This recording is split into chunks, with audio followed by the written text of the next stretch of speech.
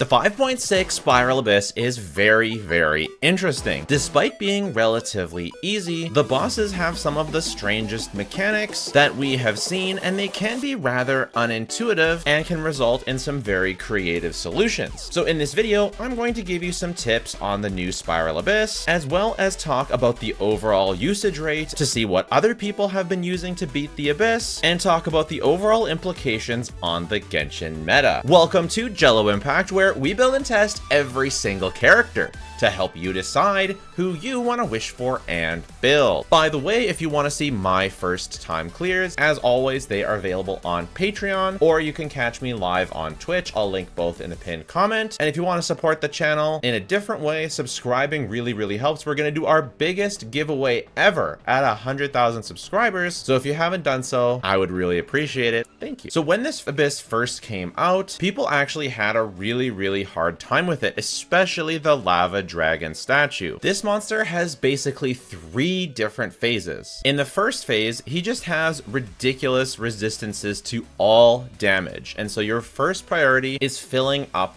his bar. As you can see here, when I mean his bar, I mean this little thing up here, and this bar is filled up by doing pyro damage. Also note that burning damage also consists of pyro damage. When you break the first phase, which I do right here. Burning, by the way, is one of the most effective strategies by far. You can see it just absolutely go nuts up there.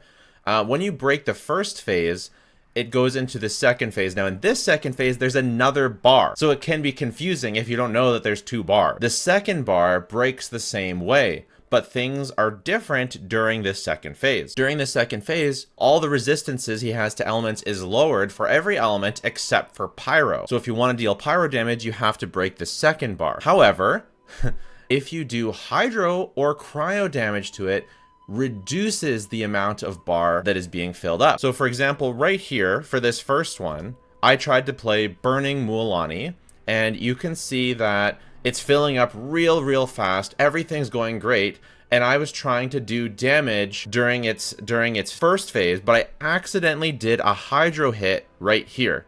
So I'm trying to, but I normal attack. I was trying to just switch into Shenhe or whatever I was doing, but I did a normal attack, and that brought the bar back down and actually knocked him out of the phases entirely. So it removed all the progress I had. And even though Mualani's application is very slow, it's still a bit dangerous to attack with Mualani, even on a burning team. It technically could be done, but I found much more success just waiting it out. So here's me just waiting out the second phase and not even trying to do any Mualani attacks at all, because I'm just waiting for it to go into its third phase. So you fill the bar up with twice, with pyro, burning being an especially effective way, and then we get the bar out, he loses more HP, he goes into a down state, and now we can actually do damage. Unfortunately, because of the way Burning Mualani works, I wasn't able to get Shenhe's hydro damage bonus properly off, so Mualani isn't doing as much damage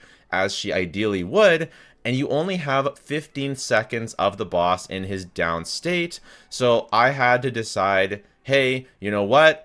I'll just break his first phase, and then I'll do damage to it with Mualani in the second phase rather than waiting again. I thought I'd try. So here you can see the bar goes down every time I do hydro damage, but he's so close to being dead that I'm not worrying about breaking the phase, and we are able to clear that abyss. So that is one way. I just wanted to talk about the mechanics of that lava monster. The other thing you can do is use Moika, and I'm going to kill 2 birds with 1 stone here, because we've got the papilla, and to break the papilla's shield, you can use a very specific combo. So I started with Navia's Verse for whatever reason, but you can do all of this just with Moika, and I do Moika's Burst. But the combo, all you need to do is normal dash. Normal dash, and just by doing normal dash, Moika by herself can break the papilla's shield, and that is also your best strategy if you're running a Moika team, or one of your best strategies, assuming you're not using burning or something,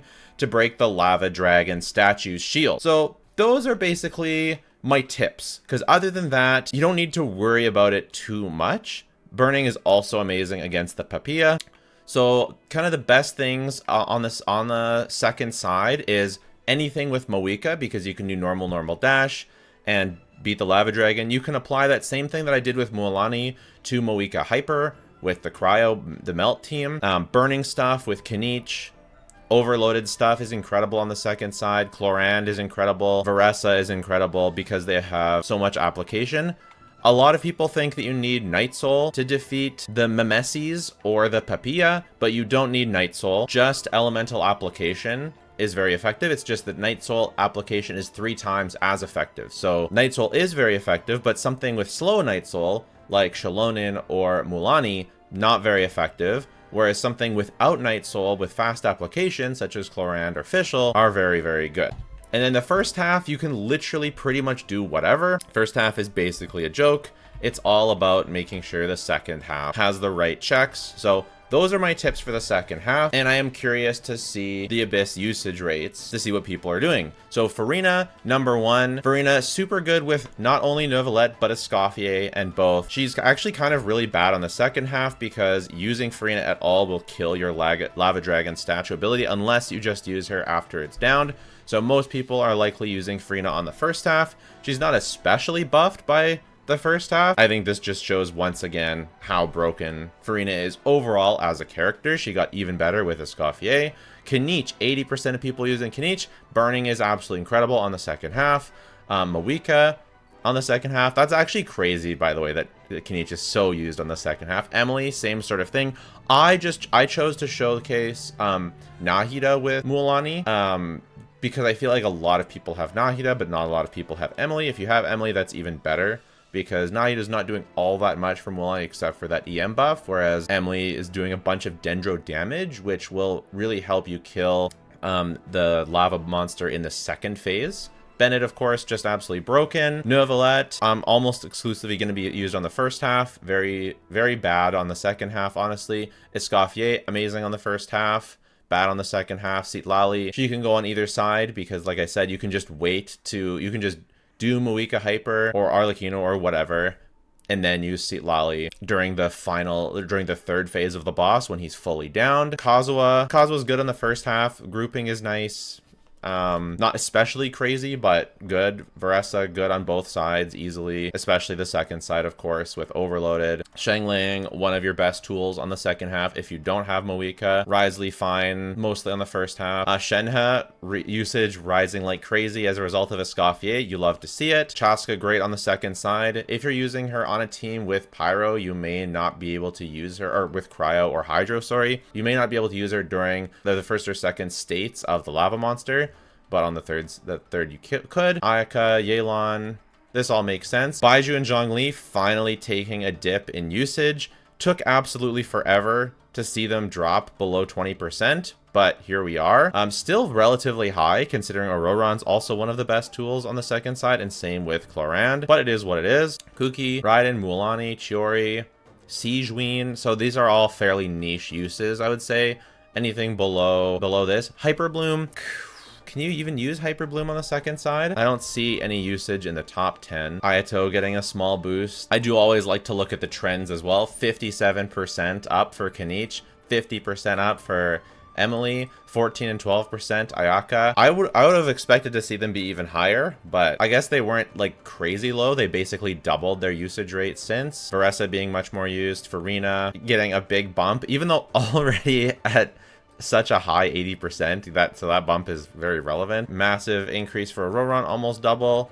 Chaska getting a sizable increase. Basically everything you'd expect. I'm surprised Mualani is more used. I am currently trying to decide if I think that Escoffier is Mualani's best team right now. I know that's absolutely sacrilegious to say, and I'm probably going to get canceled by Mualani mains for saying that, but I am considering, just because of how consistent it is, and how consistent it feels to play, I'm considering whether that is her best team. I know that's absolutely crazy cakes to say, but I'm not saying it is. I'm just saying I'm considering it. For the most used teams, traditional Neuvillette Hyper on the first half. Makes sense. It's fantastic there. Moika Hyper on the second half. Yeah, you just have to, again, time your Citlali. Ayaka on the first half. Neuvillette Escoffier on the first half. Ah, it's Hyper Burgeon. That makes sense. So this is what people are using on the second half. I was searching. I was too quick. People are using Xiangling with Nahida for burning, and then you get lots of application. So it's hyper burgeon. That's pretty cool. I really like that. That's a really, really creative, free-to-play friendly way to do the second side.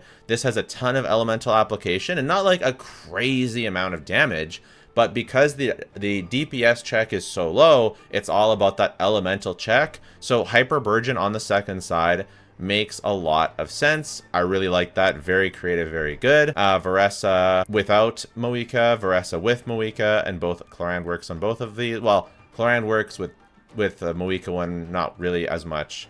With this one, you can use a Roron instead of Yansan if you're not using Varessa. Novelette Freeze, not featuring Escoffier. Other Novelette Escoffier, Ayaka Escoffier, and then Novelette with Zhongli and Baiju. Almost all of the Baiju and Zhongli usage, by the way, is from Novelette. They're not really using them on any other teams right now. Kaniche Burning, Solo Risley, those mains are just super dedicated. And a ton of other like various Moika stuff, some Shao stuff. One other thing that I did want to cover, this should probably go in the other section, but it is what it is. The Thundering Wyab manifestation. A lot of people think, which I used to think, because when their shield comes up, I thought it was application, you know, a couple patches ago.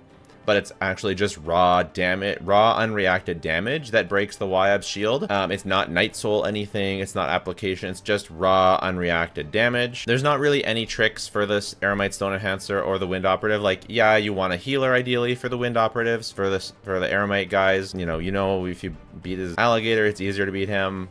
These guys don't have really anything to them, and Rune Grader is just a Rune Grader. So yeah, you don't need Night Soul, you just want to be careful about your application for those guys. Let me know what you used in the comments. Let me know if the usage rates were interesting for you, and let me know if you found this easy or hard. And check out the Patreon if you want to see my first impressions, and if you don't want to do that, totally fine. Just watching the video has been more than enough. Thanks so much. Bye for now.